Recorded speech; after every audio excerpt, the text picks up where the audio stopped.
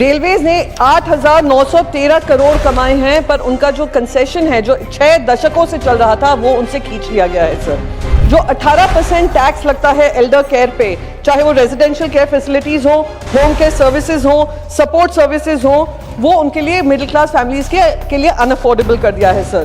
कि क्या एक हॉस्पिटल के विजिट में 50,000 के अंदर अंदर उनको सुविधाएं मिल जाती हैं?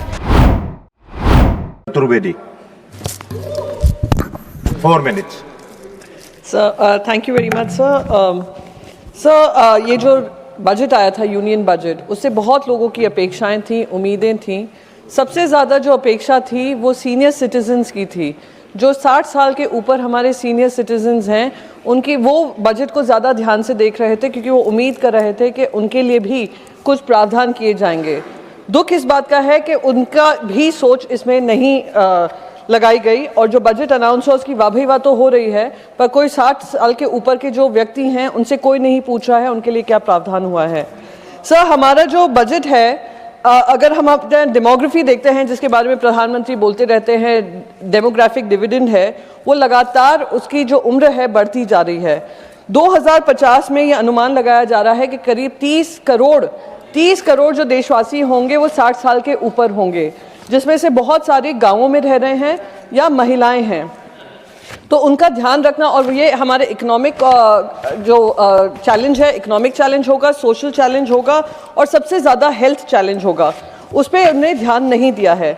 सर सबसे पहले मैं रेलवे कंसेशन की बात करूंगी। जब कोविड हुआ था, कोविड के समय पे बहुत सारी कटौतियां हो रही थी और पूरा देश लगा हुआ था एक साथ कि हाँ जहाँ जहाँ कमियां हैं हम उसमें योगदान देंगे, जहाँ हमें अपने जो कंसेशंस हैं वो वापस लेने को तैयार हैं। उनको ये वादा किया गया था कि जब कोविड का कार्यकाल खत्म होगा तो कंसेशंस जो रेलवे के होते हैं वो वापस आपको दिया जाएगा, वो अब तक नहीं हुआ है। रेलवेज ने 8,913 करोड़ कमाए हैं, पर उनका जो कंसेशन है जो 6 दशकों से चल रहा था वो उनसे खींच लिया गया है सर।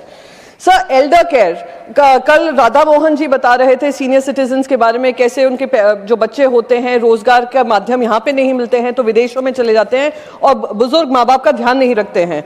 सब रखने को तैयार है, पर साथ में दिक्कत यह है वो सरकार से पूछें, जो 18% टैक्स लगता है एल्डर केयर पे, चाहे वो रेजिडेंशियल केयर फैसिलिटीज हो, होम केयर सर्विसेज हो, सपोर्ट सर्विसेज हो, वो उनके लिए मिडिल क्लास फैमिलीज के लिए अनअफोर्डेबल कर दिया है सर। जो टैक्स स्ट्रक्चर है उस पर भी कोई ध्यान नहीं दिया गया है। अब जीएसटी तो एसेंशियल डिसेबिलिटी पे भी है, जो अडल्ट डायपर्स होते हैं, व्हीलचेयर होते हैं, जो उनकी वॉकिंग एड होते हैं और अदर असिस्टिंग डिवाइसेस होते हैं, उस पे तो 12 से 18% जीएसटी लगाया हुआ है सर। सर हेल्थ केयर के डिडक्शंस मिलते हैं सेक्शन 80D और सेक्शन 80DDB। 80D का जो प्रावधान है सीनियर सिटीजन्स को क्लेम करने का, 50,000 रुपए तक का उनको थोड़ा टैक्स कंसेशन मिलता है। सर मैं आपके माध्यम से पूछना चाहती हूँ, यहाँ पे जो भी जितने भी यहाँ पे एमपीज हैं, कि क्या एक हॉस्पिटल के विजिट में 50,000 के अंदर अंदर उनको सुविधाएं मिल जाती हैं? एक हॉस्पिटल विजिट करीब 2 से 3 लाख उनका खर्च हो जाता है। दुख इस बात का होता है कि जो इंश्योरेंस प्रीमियम्स भी इनके होते हैं 30 से 40,000 साल के होते हैं, और अगर हम इन्फ्लेशन देखें, health inflation, health related treatment का 10 से 15% लगातार बढ़ रहा है, हर साल बढ़ता है, और आपने उनकी डिडक्शंस में कोई राहत नहीं दी है। 80DDB जो है वो क्रिटिकल इलनेसेस के लिए है, कैंसर हुआ, हार्ट अटैक हुआ, बाकी सारी मेंटल डिसेबिलिटीज होती हैं, जैसे जैसे उम्र बढ़ती है, उसका भी आपने कितना प्रावधान किया है? 1 लाख रुपए का। और अगर आप 60 साल के नीचे हैं तो सिर्फ 40,000 रुपए का। इससे बड़ा शर्मनाक बात क्या होगी sir? Sir universal age old pension, जब तक लोग अपने जिंदगी के आखिरी पड़ाव पे आते हैं तो उनकी इनकम तो बिल्कुल होती ही नहीं है, अगर पेंशन होते हैं तो बहुत कम होते हैं, जो अगर आप इन्फ्लेशन से भी एडजस्ट करें उनके पास पैसे नहीं रहते हैं।